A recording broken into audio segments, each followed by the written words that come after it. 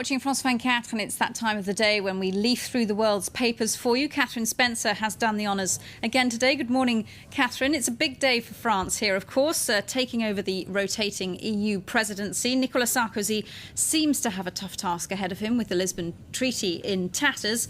What does the French press make of it?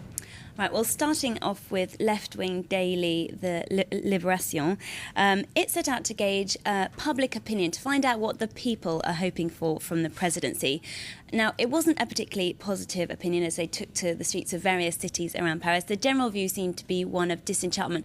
People feel that it's a sort of stagnant institution. It's been suffocated by bureaucracy, although there is some optimism that Nicolas Sarkozy might be able to turn things around.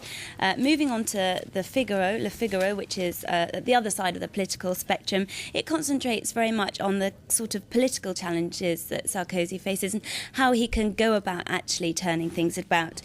It says that obviously the Lisbon Treaty is in tatters. There's a global economic slowdown to contend with. It says that Europe itself is broken, both as an institution and as an ideal, and 20 years on from when it was created, Europeans feel indifferent and exasperated. But it says, don't give up on Europe yet.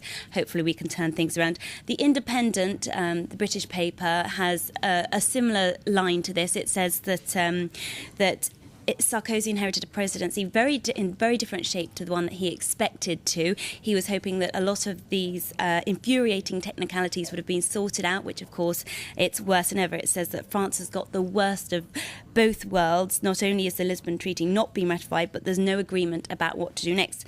But it does say that if France can persuade the other 26 EU members to stop navel gazing, it can make the next 6 months worthwhile. Catherine, moving on now to the African Union summit currently underway in the Egyptian resort town of Sharm el-Sheikh. Now, Zimbabwe was expected to completely dominate the agenda there, but that wasn't the case, and that's been rather to the dismay of the international community that was hoping something would get done. What does the African press think about that? Well, starting off just with the front page of The Citizen, which is one of the biggest selling South African dailies, the headline says it all: AU soft on Zim. Leaders won't take a tough stance in public. It sums up the sense of frustration felt worldwide at the African Union's refusal to condemn Mugabe outright. Moving on to the Herald, which of course is the state Zimbabwean state newspaper, which is basically a mouthpiece for the government. It says that the Zimbabwe wasn't main focus because they were concentrating on real trouble spots elsewhere in the continent. It does, however, comment on speculation that the summit would discuss Zimbabwe in the closed session, and that's what many people believe. The article goes on to say that it's an AU tradition to discuss certain matters out of the glare of the public spotlight when it comes to concerns raised by other countries. And very briefly, just looking at the Times of India, they've got an editorial and they say that South African President Thabo Mbeki has been shielding Mugabe and says it'll take more than just words to bring Mugabe to heel, but it says that countries like India, which is the world's biggest democracy, should be bringing more pressure to bear to try and sort out the situation.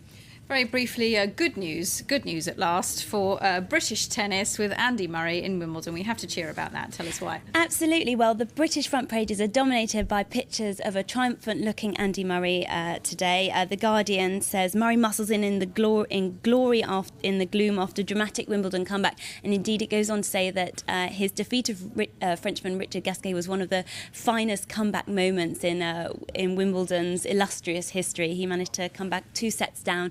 He looked like he was going to lose the third, and then suddenly the crowd in centre court sat up and he managed to take to win. He's now going to go on into the quarter-final.